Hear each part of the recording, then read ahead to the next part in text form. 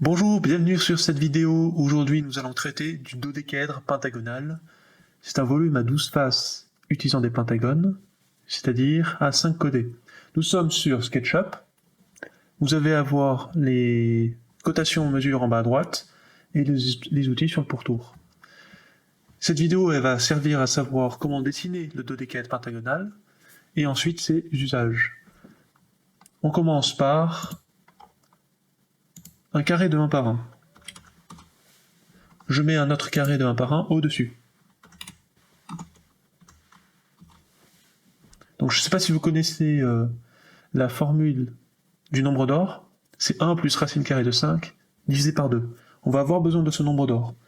Donc racine carrée de 5, je le trace comme ça. Donc ici nous avons 1, et là nous avons racine carrée de 5. Voilà. Et j'ai besoin de 1 plus racine carrée de 5 divisé par 2. Donc j'ai besoin de racine carrée de 5 divisé par 2, c'est ici. Et ce que je vais faire, c'est hop, jusqu'à là. Et donc normalement, de ici jusqu'à là, j'ai le nombre d'or. Et on voit, j'ai 1,618. Donc c'est bon. Donc cette distance, c'est le nombre d'or. Maintenant, pour faire le dodécaèdre pentagonal, je vais avoir besoin du nombre d'or fois le nombre d'or. Donc au carré, et en fait ça donne 2,618. Donc ce que je fais, c'est je fais un autre carré à côté, et ici nous avons le nombre d'or au carré. Ok, donc à partir de là, je vais avoir besoin de ce rectangle d'or au carré. Je prends tous ces morceaux là, je les mets ici, j'en fais un groupe, et je vais chercher le centre de ce rectangle d'or au carré, ici. Je vais faire ensuite un pivotement de 90 degrés, et encore de 90 degrés. Voilà. Ensuite, je refais un autre pivotement de 90 degrés, et de 90 degrés. C'est pas encore terminé, je vais tracer deux triangles équilatéraux, ici, et je vais chercher celui opposé. Voilà. À partir de là, je cherche le centre des deux triangles équilatéraux.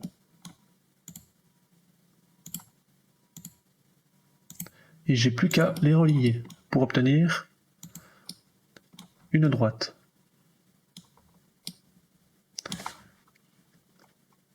Cette droite, je vais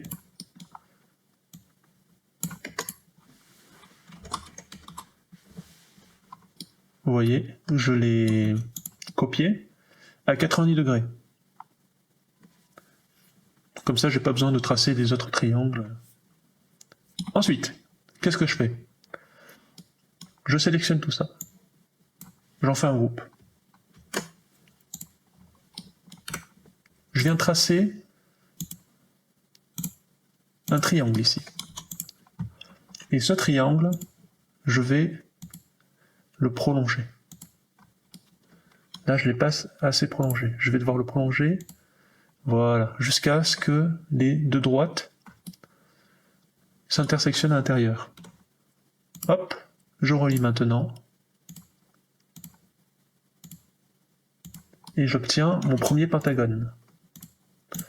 Alors, on a un triangle d'or et deux triangles d'argent. Je supprime. Voilà. Alors, pour les besoins, voilà. J'ai ce pentagone. J'en fais un groupe. Et maintenant,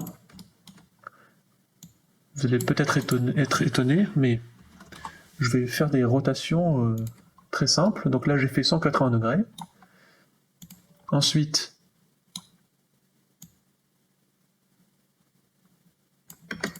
« 180 degrés. Donc là, j'ai les deux du haut, les deux du bas. Je sélectionne les 4. Je viens faire une rotation de 90 degrés. Et encore 90 degrés.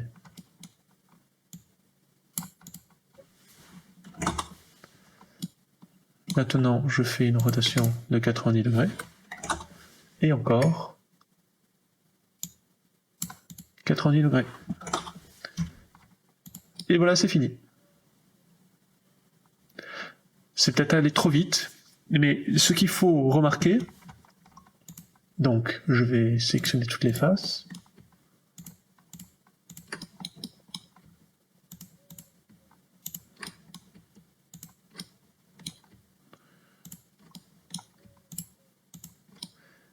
Là, j'ai les 12.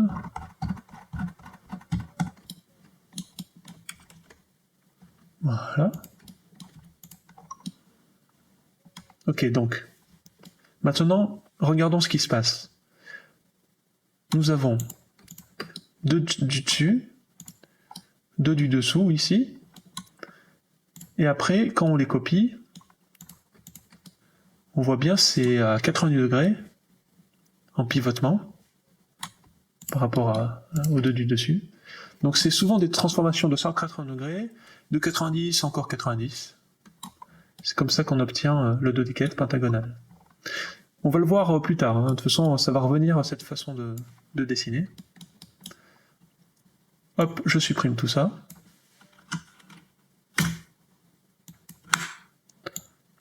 J'éclate, comme ça me fusionne le volume. J'en fais un groupe. Et pour les besoins de la suite, je le mets en plus petit. Voilà. Ensuite, je vais positionner ce volume sur son sommet.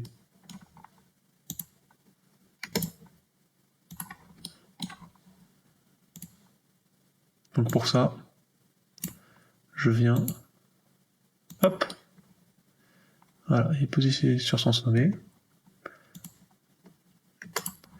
Et maintenant, je vais le positionner sur sa base.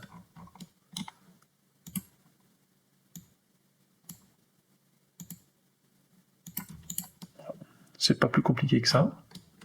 Donc je vais mettre les 3 dispositions les unes à côté des autres.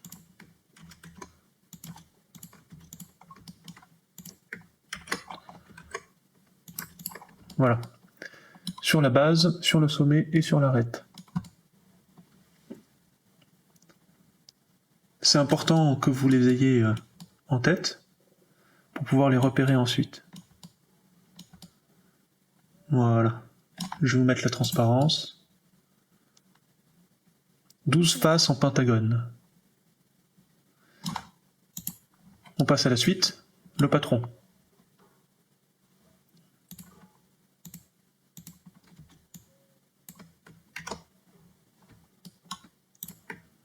Je viens prendre le dodécaèdre pentagonal sur sa base.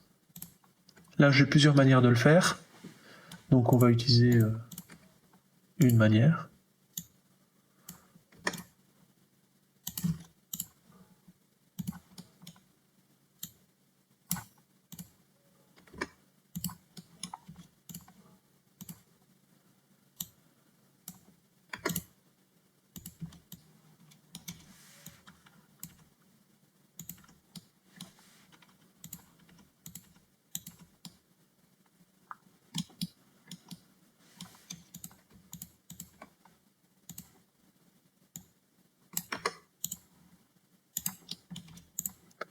Pour aller sur internet, pour aller chercher des patrons peut-être plus optimisés. Mais ce que je cherche, c'est à vous montrer une méthode.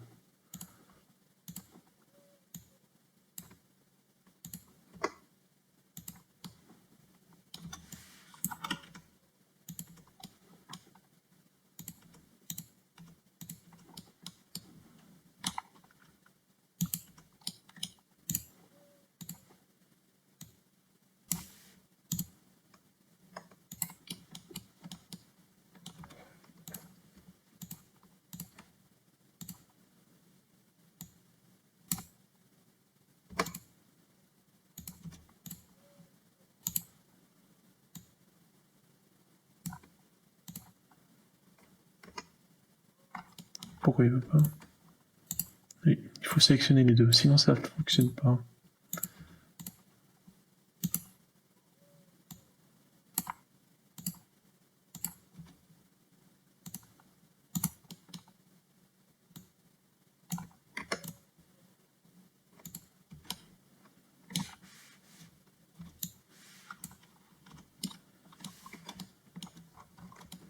Et voilà, c'est l'un des patrons possibles.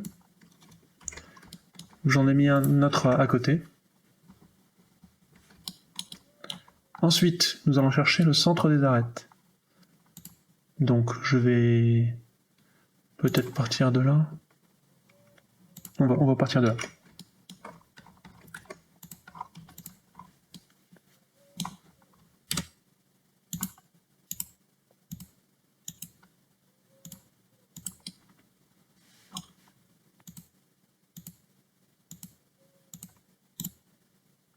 Voilà, comme ça vous allez pouvoir revoir la méthode. Donc, j'utilise les deux du dessus. J'en fais un groupe. Ensuite, je viens faire une rotation de 180 degrés. Donc, maintenant j'ai les deux du bas. Je sélectionne les deux du haut et les deux du bas.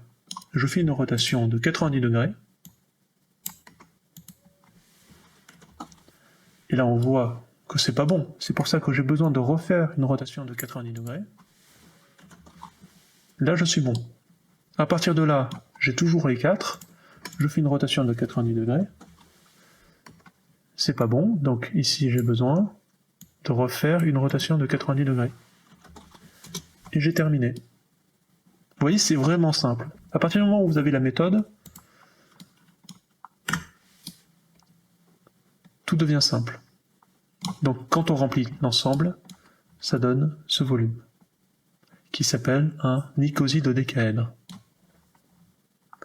Maintenant, je vais chercher le centre des faces. Vous allez être habitué à la méthode à un moment. Donc pour faire ça, je vais maintenant, au lieu d'utiliser 2, je vais utiliser 4. Donc on y va.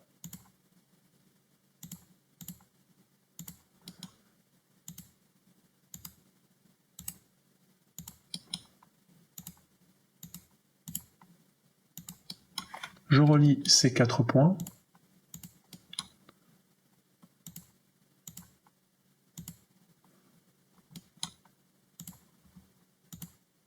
Voilà. Donc j'ai 2 triangles équilatéraux. Je supprime les guides. Je fais un groupe. Et maintenant vous êtes habitué par la méthode 180 degrés. Je sélectionne les deux rotations de 90 degrés, puis 90 degrés, et encore une fois 90 degrés et 90 degrés.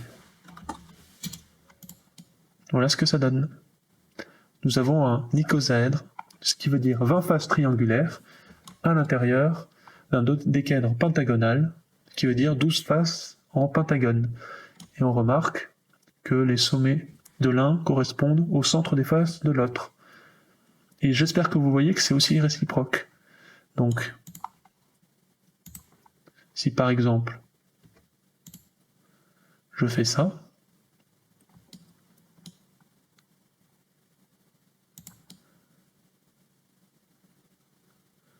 voilà, je ne sais pas encore tout à fait. Là, ça m'a l'air bon. Et c'est aussi le cas, voilà.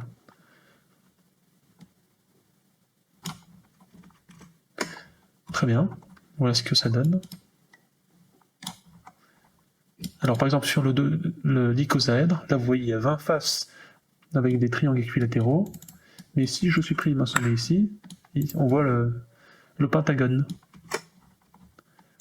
Très bien, je continue. Donc les lignes de volume.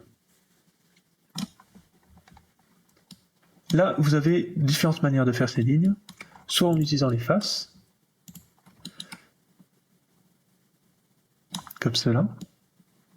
Donc nous avons les arêtes qui vont soit à droite, soit à gauche. Soit en se connectant entre arêtes, soit en se connectant encore une fois entre arêtes, mais dans une autre disposition. Il y a pas mal de choses possibles. Mais on ne peut pas remplir totalement l'espace avec des dodécaèdres pentagonaux. D'ailleurs, quand on fait une accrétion, voilà le résultat. Donc on va faire le dessin. Donc je pars de ce dodécaèdre et tout le temps en utilisant la même méthode, vous allez voir le résultat. Donc je commence avec les deux du dessus.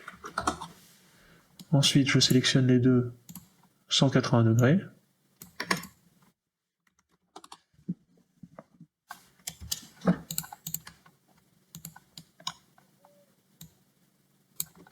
« 90 degrés et en mettant la transparence 90 degrés.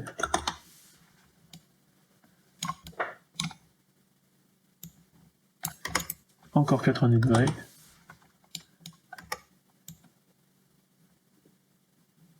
Et on termine par 90 degrés. Et voilà le résultat. Donc on voit ici, il y a des fissures. Ce qui montre qu'on ne peut pas remplir totalement l'espace avec des dodécaèdres pentagonaux. On continue. Une autre manière de faire de l'accrétion, c'est en joignant les arêtes ou les sommets. Donc vous remarquez, là, c'est joint par l'arête, et ici c'est joint par les sommets. Donc ce que je vais faire, c'est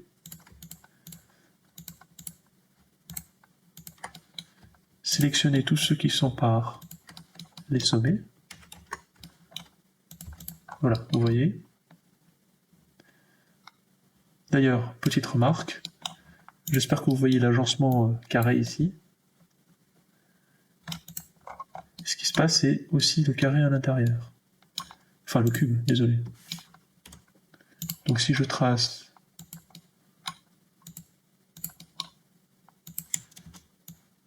voilà. Là, vous voyez le cube, j'espère. Ici. Mais je ne peux pas utiliser un autre sommet. Je vais vous montrer.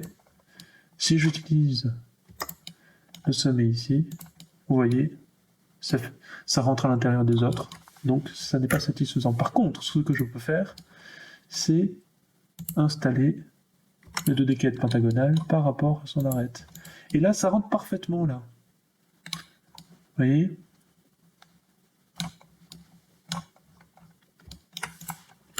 Donc maintenant, si j'ai sélectionné ceux qui sont joints seulement par l'arête,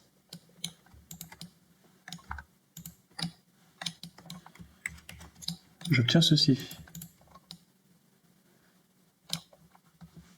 Et là, ça vous fait penser à un octaèdre. Avec les 8 faces. Donc, on a le cube, ici on a l'octaèdre. Donc c'est une espèce de cube octaèdre. Voilà ce que ça donne. Intéressant, vraiment intéressant. Ensuite, donc au niveau de la structure, alors on voit qu'on ne peut pas remplir totalement l'espace avec des dodécaèdres pentagonaux.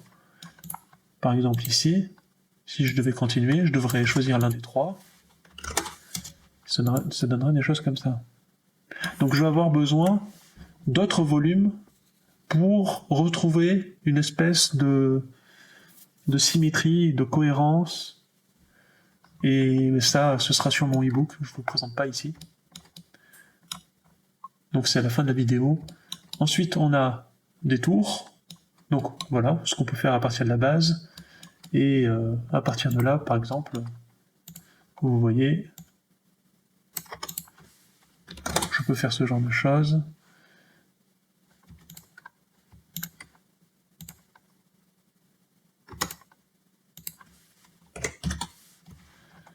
Ensuite, imaginons que je cherche le centre. et que je répète.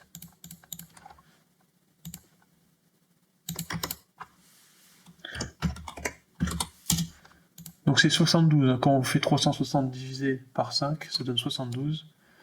Voilà ce qu'on peut obtenir. Très bien, maintenant nous allons voir les différents usages. Je supprime les guides, je me mets en haut. Donc d'abord, vous avez des cristaux qui vont s'approcher au niveau cristallin du dodécaèdre pentagonal. Et comme je vous ai dit, on ne peut pas avoir une structure qui remplit l'espace de dodécaèdres pentagonaux, mais on arrive par une autre méthode à ce résultat-là. Bon, de toute façon, ça c'est les experts qui expliqueront le phénomène. Ensuite, vous avez des pots de fleurs qui sont assez rares. Vous allez avoir aussi des luminaires. Voilà, des sacs, c'est vraiment rare. Des tables, des maisons. Et ensuite, donc ça c'est à l'époque romaine, vous voyez. Et donc les théories de pourquoi cet objet, à quoi il servait. Et donc l'une des théories trouvées, qui me semble la bonne, c'est celle qui sert à faire des chaînes. Donc dans les campagnes militaires, c'est toujours intéressant de pouvoir se protéger. Donc cet objet, il est très utilisé dans l'aménagement intérieur parce que ça donne un espèce de volume de science-fiction, mais on ne l'utilise pas vraiment pour ses propriétés géométriques. C'est vraiment pour son esthétique. À part à l'époque romaine où l'une des théories c'était pour faire des chaînes. Et c'est vraiment dommage parce que c'est un volume magnifique puisqu'il est simplement composé de 12 faces pentagonales. Vraiment, on ne se rend pas compte de la beauté de ce volume qui, pour Platon, correspondait à l'élément de l'éther. Donc maintenant, nous allons voir les projections parallèles. Donc je me mets de haut, en vue filaire. Voici les rendus, c'est magnifique. Vraiment, c'est magnifique. Voilà. Je me mets de biais. De biais aussi, c'est très beau ça. Très très beau. Voilà, bon là c'est Nicosène, on verra ça plus tard. Là on voit les jonctions avec les sommets. Là on voit les jonctions avec les arêtes. Magnifique. C'est tout simplement magnifique. Et là, les deux ensemble. Ensuite, on peut avoir d'autres projections possibles.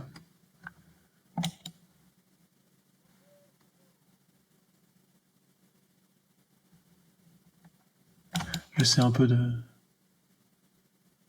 Voilà, par exemple, comme ça.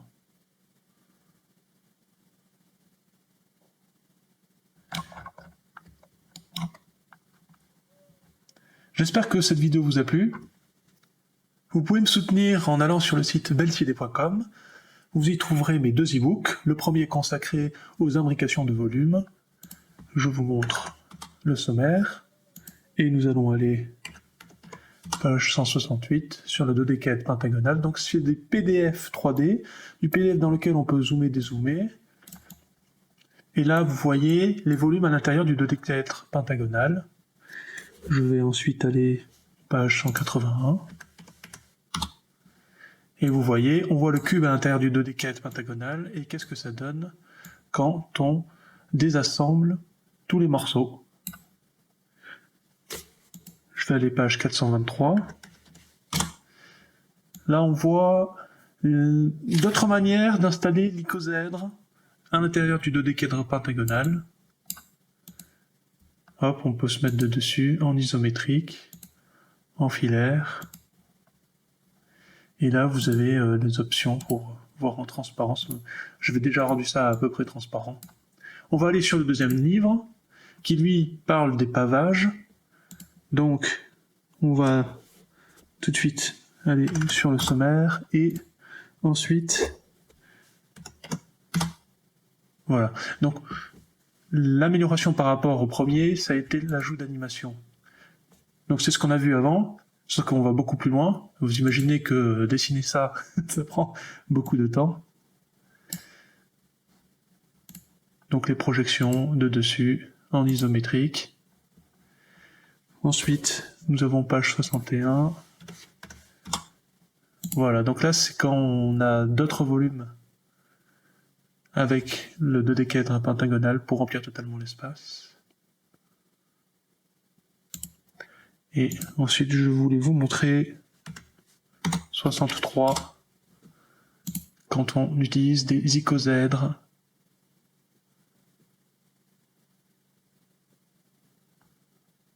Voilà, ça c'est vraiment intéressant. De dessus, en isométrique.